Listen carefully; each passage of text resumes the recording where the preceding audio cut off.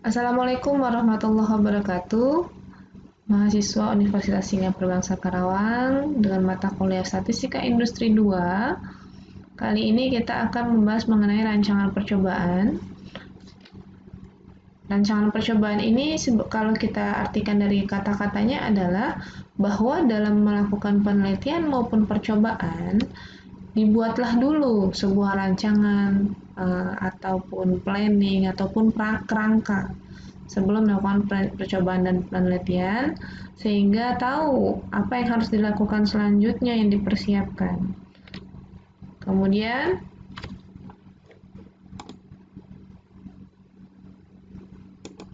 lanjut ke sejarah singkat. Kalau kita lihat di sini ada sebuah foto ya, foto masih muda lah ini ya, mahasiswa nih. Ini siapa nih? Ternyata di sini dia adalah Ronald E. Fisher, pelopor penggunaan metode statistika dalam rancangan percobaan. Jadi mereka semua pasti jadi mahasiswa dulu ya. Jadi kalian juga pasti bisa menjadi seorang pelopor. Apa yang telah dia lakukan? Yang pertama adalah dia telah memperkenalkan konsep modern dari pengacakan, randomization, dan teknik analisis ragam atau analysis of variance technique dalam membandingkan perlakuan-perlakuan. Pengacakan atau randomization kita sudah pernah belajar di materi statistika deskriptif. Apa itu randomization? Dan teknik analisis ragam juga sudah kita pelajari di uji ANOVA kemarin.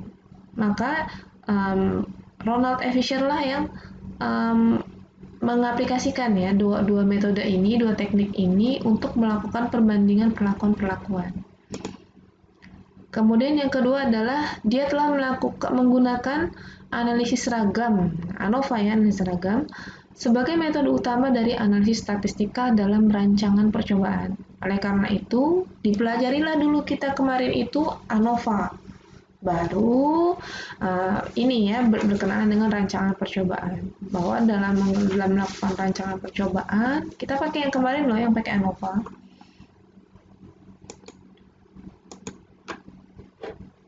Kemudian, pada awalnya, penerapan teknologi perancangan percobaan ini adalah di bidang ilmu-ilmu pertanian dan biologi. Jadi, banyak istilah dari disiplin pertanian dan biologi diturunkan dari latar belakang pertanian.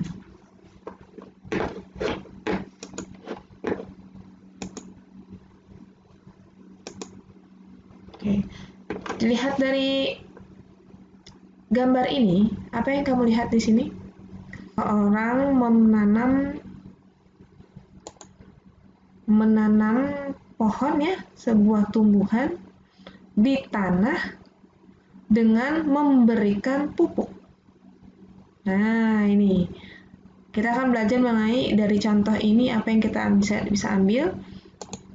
Oke, di sini adalah petak tanah, ini petak tanahnya disebut plots. Perlakuannya apa? Perlakuannya ini pupuk. Nah, kelompok atau bloknya ini tumbuhannya apa? Apakah nanti dikelompokkan tumbuhan yang sama, kemudian ataukah nanti pupuknya yang dikelompokkan lagi, pupuknya yang berbeda merek, ataupun pupuknya yang berbeda jumlah. Nah, ini bisa dilihat ya di sini. Oke, kalau kita lihat di sini, plot atau petak tanah ini berarti dia adalah tanahnya lah ya, ini tanahnya. Oke, kemudian perlakuan itu apa?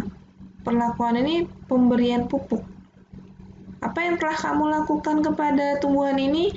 Telah diberi pupuk, berarti perlakuannya adalah pemberian pupuk. Nah, nanti perlakuannya ini harus dijelaskan lagi pemberian pupuknya itu apa? Apakah berbeda merek kah? Apakah berbeda merek kah? Apa yang telah kamu lakukan gitu? Maksudnya kepada mereka ini, kepada beberapa petak tanah ini, apakah kamu telah memberikan merek yang berbeda atau komposisi atau jumlahnya yang berbeda? Ini. Kemudian kelompoknya, oke, dikelompokkan sifat atau perbedaan. Nah, inilah nanti yang akan kita lihat. Ya, yang penting adalah perlakuan itu apa, berarti apa yang kamu lakukan saat dengan suatu penelitian, dalam suatu penelitian. Oke, slide selanjutnya adalah berkenaan dengan penelitian, bahwa penelitian adalah belajar berulang.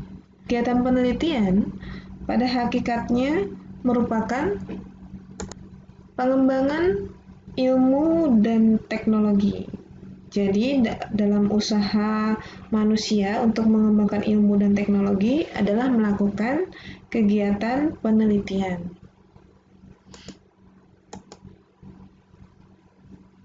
Dan kegiatan penelitian ini pada hakikatnya merupakan suatu proses belajar yang terarah dan dilakukan secara berulang. Jadi, kegiatan penelitian adalah berarti mengulang.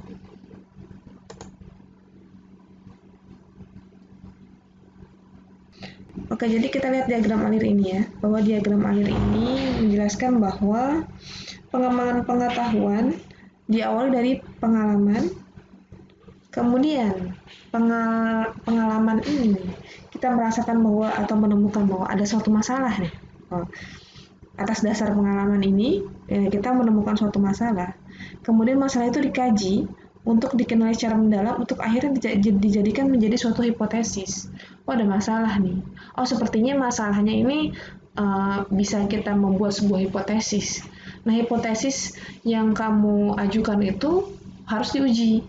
Nah, diujinya bagaimana caranya? Dilakukan ngambil data, yang ngambil datanya nggak semuanya ada datanya langsung. Nah, maka ada yang harus dilakukan penelitian percobaan. Nah, penelitian percobaan gitu ya, karena datanya memang harus kita buat, harus kita ambil, harus kita hasilkan dengan beberapa perlakuan, tidak secara instan sudah ada datanya gitu ya. Inilah yang harus, berarti kita ngambil data dengan melakukan percobaan untuk mempertahankan hipotesis yang kita ajukan.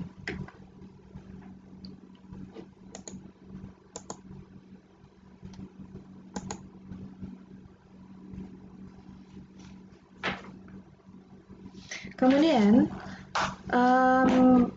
berkenaan dengan peranan statistika dalam perancangan percobaan, karena tadi Ronald F. Fisher itu dia bilang dialah yang mempelopori metode-metode statistika untuk merancang percobaan gitu ya. Jadi peranannya apa sih ini si Ronald F. Fisher itu, apa yang telah dilakukan atau dia ajukan dalam memerankan mengaplikasikan peranan statistika dalam perancangan percobaan? Jadi tujuan percobaannya ini adalah awalnya tujuan percobaan adalah memperoleh keterangan tentang bagaimana respon yang akan diberikan oleh suatu objek pada keadaan tertentu yang ingin diperhatikan. Nah, coba kita kaji lagi dari kata-kata kalimat ini. Memperoleh keterangan tentang bagaimana respon. Nah, bagaimana respon. Nah, berarti bagaimana respon yang tadi, gambar yang tadi sebelumnya adalah bagaimana respon si tumbuhan. Ya, kita lihat kan, kita perhatikan tumbuhannya nih. Bagaimana respon, misalnya, bagaimana respon tumbuhan yang akan diberikan oleh suatu objeknya adalah si tumbuhan itu pada keadaan tertentu. Keadaan tertentu ini apa? Keadaan tertentu itu dalam suatu kelompok yang sudah dilakukan atau mendapatkan perlakuan berkenaan dengan pupuk. Apakah itu beda merek? Apakah itu beda jumlah? Komposisinya? Oke? Yang ingin diperhatikan. Jadi kalau misal datanya itu kita butuh adalah respon si tumbuhan, kan nggak mungkin kita langsung ngambil gitu ya. Tapi kita buat dulu percobaannya, baru keluar datanya, baru data itu yang kita gunakan. Ya. Kemudian beberapa rancangan yang di tiga hal penting ya. Ada suatu percobaan, ada 3 hal penting yang perlu diperhatikan. Oke. Nah, yang perlu diperhatikan nih. Yang pertama ada rancangan respon, rancangan perlakuan, dan rancangan percobaan. Oke, 3 hal yang penting untuk diperhatikan dalam percobaan. Yang pertama adalah rancangan respon. Oke, rancangan respon. Kita lihat respon, pemilihan sifat atau karakteristik untuk menilai atau mengukur pengaruh dan bagaimana cara melakukan penilaian atau pengukuran. Pemilihan sifat atau karakteristik ini berarti kamu mau ngambil datanya apa nih? Nah, sifatnya kah? Karakteristiknya kah? Jadi kan rancangan responnya, bagaimana respon yang diberikan oleh suatu objek ini kan tumbuhan. Oke, sudah ada tumbuhan, kamu pengen ngecek tumbuhannya, respon yang diberikan oleh tumbuhan karena sudah dikasih pupuk. Tapi apa yang mau diambil? Nah, apakah warnanya? Nah, itu kan dia sifatnya banyak ya, itu kan um, tumbuhannya tuh apakah warna tumbuhan itu, apakah tingginya tumbuhan itu, apakah kegemukannya ya, ketebalan batangnya gitu ya, apakah itu jumlah leaves-nya atau jumlah dari daunnya. Nah, ini yang kita rancang dulu responnya itu apa yang kita mau ambil datanya. Kemudian bagaimana cara melakukan penilaian atau pengukurannya? Nah, bagaimana cara penilaian? Apakah diukur pakai garis? Ya, apakah diukur pakai jangka misalnya? Gitu. Warnanya, bagaimana mengukur warnanya? Nah, berarti itu yang harus dirancang, oke? Okay?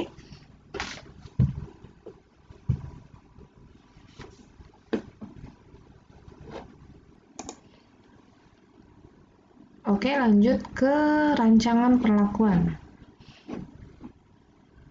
Tadi respon yang mau kita sudah bikin rancangan. Kemudian perlakuannya pun kita perlu buat rancangan juga ya. Jadi rancangan perlakuan adalah seberapa jauh generalisasi dapat dibuat dari kesimpulan yang dihasilkan oleh percobaan. Jadi kita mau ngecek dulu, ya perlakuan apa saja yang akan dicoba dalam suatu percobaan. Ya, yang tadi macam percobaan yang akan dicoba ditentukan oleh tujuan percobaan atau pertanyaan-pertanyaan yang ingin diperoleh jawabannya. Contohnya ya, kita pengen membuat penelitian mengenai yang tadi kita kan ngomongin pupuknya. Kemudian apakah pupuk beberapa dari 3 merek pupuk. Nah, kita pengen mengecek nih apakah ada perbedaan yang diberikan oleh 3 merek pupuk. Ya, 3 merek pupuk. Oke, berarti itu yang tadi kita bikin rancangannya. 3 merek pupuknya. Kemudian kita mau ngecek itu atau kita mau melihat bahwa apakah ada pengaruh berkenaan dengan jumlah pupuknya. Nah, misalnya mereknya 1, tapi jumlah pupuknya 50 mg, 100 mg, 150 mg. Itu juga harus ada perencanaan ya, tiap 50 misalnya ya. Maka ini yang harus kita lakukan rancangannya, percobaan yang diawali dengan rancangan perlakuan. Apa yang mau kita lakuin nih, gitu ya. Kemudian rancangan percobaan. Rancangan percobaan ini pengaturan agar keragaman respon yang dibutuhkan oleh keadaan dan keheterogenan bahan percobaan yang digunakan dapat diwadahi dan disingkirkan. Nah, jadi kalau misalnya keragaman respon, bahwa keragaman respon yang ditimbulkan oleh keadaan dan keheterogenan bahan percobaan itu, contohnya adalah kalau misalnya tadi ada masalah tanaman, misalnya airnya, apakah sama airnya atau udaranya, maksudnya apakah sinar mataharinya bagus atau tidak, gitu. Ya, kelompoknya itu sama nggak? Gitu. Nah, heterogenan itu kan perbedaannya. Nah, jadi bagaimana caranya supaya tidak ada keragaman respon gara-gara ada perbedaan. Misalnya perbedaan tadi, misalnya perbedaan lokasi, perbedaan tanah, perbedaan jumlah air misalnya. Perbedaan yang susah diatur adalah perbedaan mengenai angin dan matahari gitu ya. Misalnya ada bagian yang petak atau plot yang kealingan sama gunung misalnya, atau kealingan sama tumbuhan yang lain misalnya. Jadi bagaimana caranya meminimalkan pengaruh lingkungan terhadap respon. Karena pengaruh lingkungan itu tidak bisa dihindari dan kita nggak bisa ngatur, tapi bisa kita bisa kurangi ragamnya, caranya seperti apa gitu ya.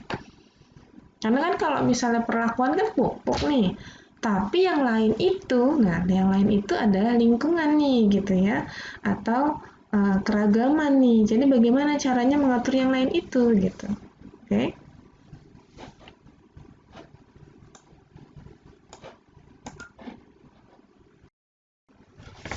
Oke, kita lanjut ke slide selanjutnya mengenai prinsip utama dari perancangan percobaan. Oke, baik. Prinsip utama dari perancangan percobaan yang pertama adalah adanya pengacakan atau randomization, kemudian pengulangan atau replication, dan satu lagi adalah pengendalian lokal atau local control. Pengacakan, fungsi dari pengacakan ini adalah untuk menjamin kesahihan atau validity atas pendugaan tak bias dari galat percobaan dan nilai tengah perlakuan serta perbedaan di antara mereka. Pengacakan merupakan salah satu dari beberapa ciri modern perancangan percobaan yang muncul atas gagasan Ronald Fisher tersebut.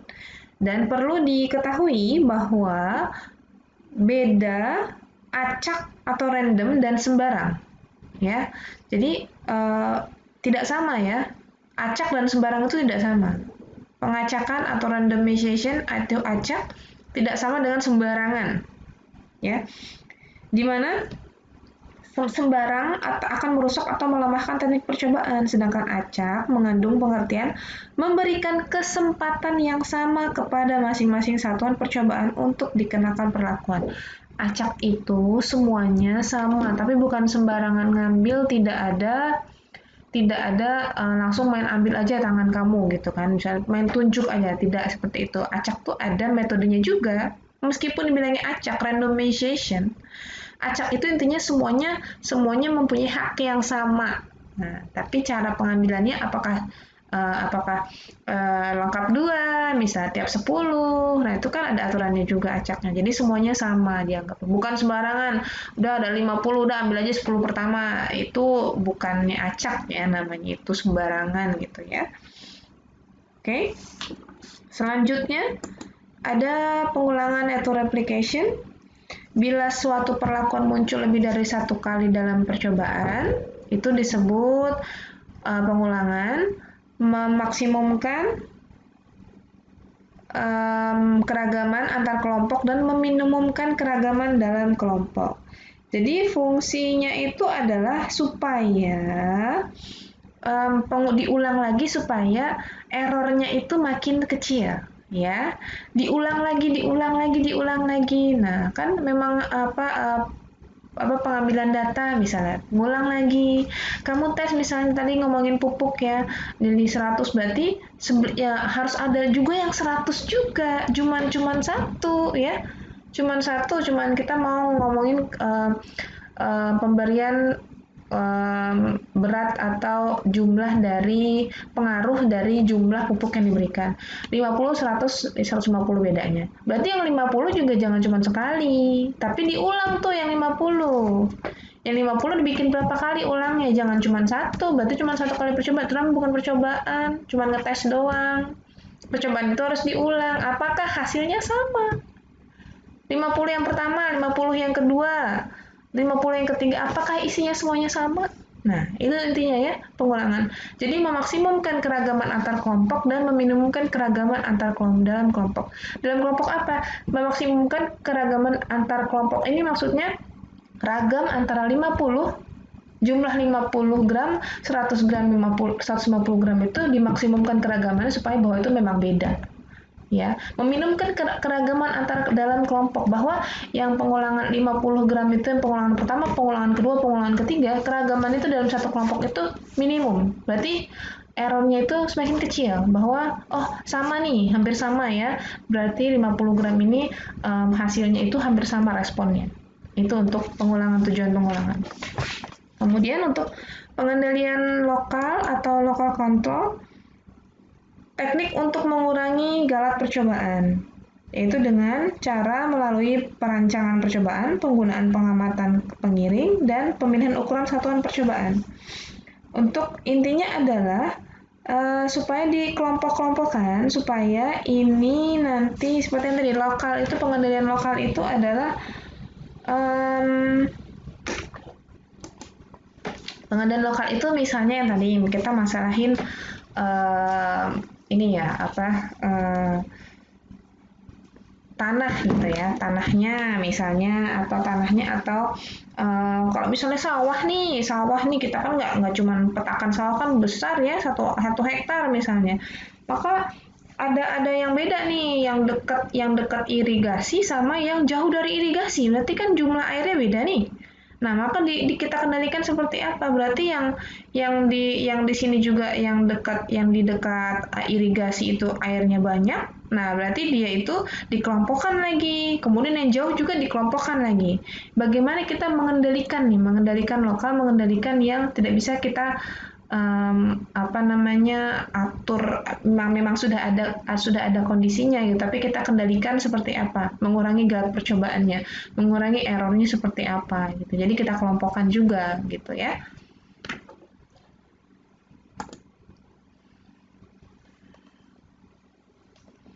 Kemudian selanjutnya adalah langkah-langkah merancang percobaan. Yang pertama, langkah-langkah merancang percobaan yang pertama adalah menentukan pernyataan masalah dengan jelas ya. Kemudian mengumpulkan latar belakang keterangan yang tersedia, merancang program pengujian, kemudian merencanakan dan melaksanakan pekerjaan percobaan, menganalisis data, dan menafsirkan hasil-hasil, yang terakhir menyiapkan laporan. Ini merancang percobaan ya. Yang pasti kalau misalnya kita mau membuat suatu penelitian harus ada latar belakangnya dulu ya, dan juga disertai dengan pernyataan gitu ya, baru dibuat perancangan program pengujiannya, supaya nggak bingung entah kemana dulu nih, ini apa nih dulu. Jadi bikin dulu kerangkanya, bikin dulu step-stepnya ya, baru ini selanjutnya apa. Nah itu ya. Kemudian konsep dasar statistika yang penting. Nah, ini kita kan sudah belajar statistika. Statistika ini dipakai ketika kita melakukan perancangan percobaan. Jadi kita nggak tiba-tiba langsung belajar penelitian percobaan, harus belajar dulu statistikanya, karena kan dipakai statistikanya, gitu ya. Yang pertama adalah penggunaan operator penjumlahan dan perkalian, kemudian variabel acak. Kalau penggunaan operator penjumlahan dan perkalian tuh udah harus udah di luar kepala ya, udah menjiwai itu masih ya. Terus kemudian variabel acak dan nilai harapan sudah dipelajari di peluang ya, ini di statistik industri 1 sudah dipelajari. Ragam, varians, dan peragam. Nah, ini memang kita digunakan karena menggunakan ANOVA ini sebenarnya. Di dalamnya itu kita sebenarnya kalau untuk percobaan itu menggunakan ANOVA. Bedanya penjelasannya, penentuan pengulangannya berapa kali, pengambilan data sebenarnya. Yang paling penting adalah pengambilan data karena dipengaruhi oleh kerangkanya, ya, kerangkanya. Kemudian distribusi yang penting, normal itu apa, Q-kuadrat itu apa, T-student apa, Fisher itu apa. Karena datanya nanti bentuknya apa nih? Pengaruhnya apa? Nah, kemudian konsep pendugaan. Pendugaan itu kemarin estimation ya, estimate. Nah, itu kan pendugaan estimate antara ini dan ini. Nah, itu kan pendugaan. Itu juga dipakai di perancangan percobaan. Kita sudah belajar juga ya. Kemudian juga pengujian hipotesis apalagi memang sudah baku gitu ya. Hipotesis itu udah harus hafal lah itu hipotesis itu memang step-stepnya seperti itu. Dimanapun penelitian pun step-stepnya sama. Hanya ada pengembangan-pengembangannya saja ketika misalnya pengambilan datanya gitu ya. Beda itu saja. Kemudian juga selanjutnya adalah menentukan jumlah ulangan. Oke, untuk selanjutnya adalah menentukan jumlah ulangan dalam percobaan. Jadi berapa banyak yang harus dipersiapkan oleh kita dalam percobaan.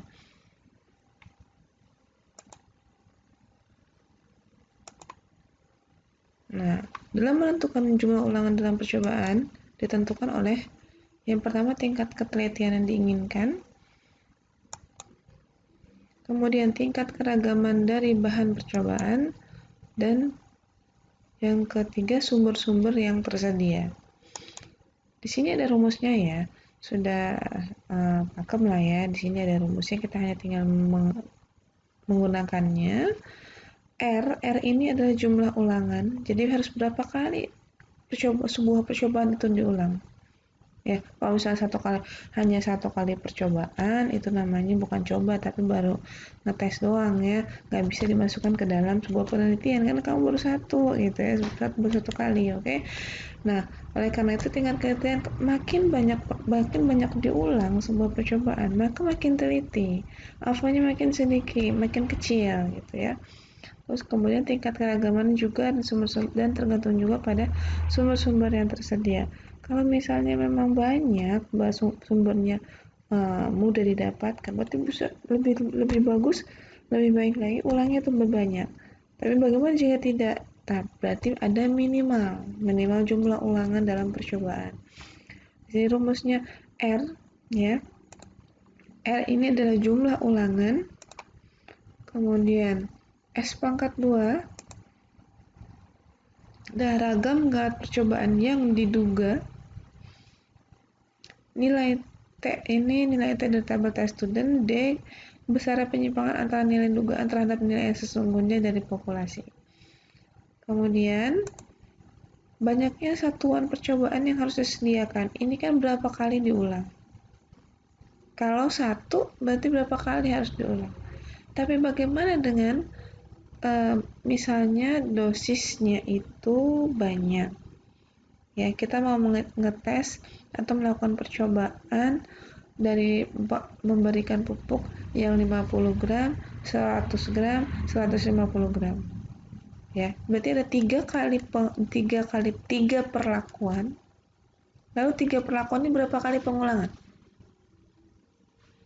Nah, itu rumusnya lanjut, berarti kalau satuan percobaan yang harus disediakan adalah N, maka ini rumusnya T dikali R, yaitu satuan percobaan itu T itu buah perlakuan. Kalau buah perlakuan tadi kita ngomongin dosis pupuk, berarti perlakuannya itu ada 3 ya, 50 gram, pupuk 50 gram, 100 gram, dan 150 gram. Kemudian R-nya ini dari jumlah ulangan. Kita sudah ngitung dulu jumlah ulangannya. Oh, harus jumlah ulangannya segini gitu ya. Karena berkenaan dengan tingkat ketelitiannya biasanya, maka dikalikan berapa hasilnya, itulah yang harus dipersiapkan. Kalau misalnya pupuk, tadi yang contoh yang tadi adalah yang digambar tadi, berapa banyak tanaman yang harus disiapin. Itu satu percobaan tanaman ya. Oke, langsung ke contohnya. Oke, jika diketahui rata-rata hasil padi per tanaman 32,9 gram, kemudian simpangan bakunya 7,6 gram dengan derajat bebasnya 6, tingkat ketelitian yang diinginkan adalah 95% dan maksimum penyimpangan antara nilai dugaan produksi terhadap nilai produksi yang sesungguhnya untuk setiap tanaman adalah sebesar 7,0 gram.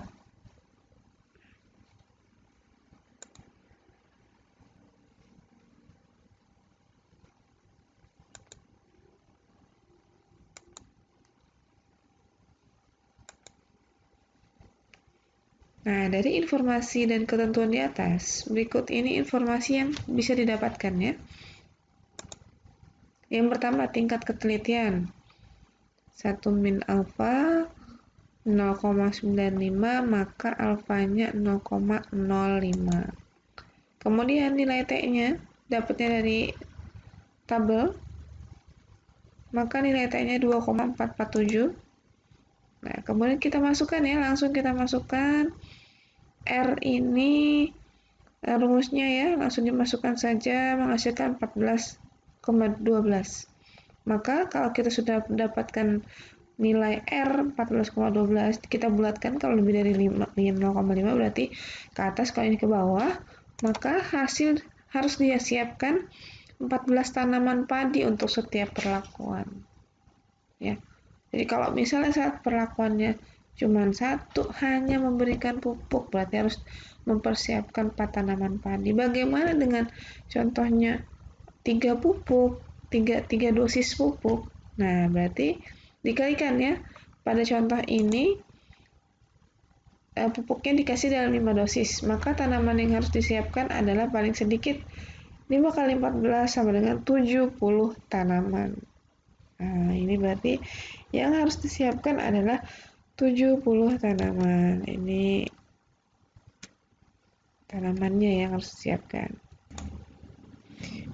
Mengulang untuk maksimum ini, D ini ya, Ibu tambahkan lagi bahwa dari poin yang D ini, Ibu ulangi lagi, artinya ya, kita menginginkan agar hasil percobaan kita dalam hal respon produksi terhadap pupuk tidak boleh menyimpang dari keadaan sesungguhnya. Lebih dari 7,0 gram per tanaman. Jadi ini kita yang menentukan. Dan setiap penentuan itu mesti ada alasannya, reasonnya. Kenapa kamu menginginkan maksimumnya 7,0 gitu ya. Itu yang harus dipertimbangkan. Dan sudah kita dapatkan jumlah pengulangan dan jumlah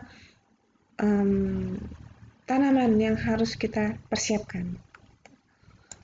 Oke, cukup segitu saja ya untuk materi kali ini. Terima kasih. Assalamualaikum warahmatullahi wabarakatuh.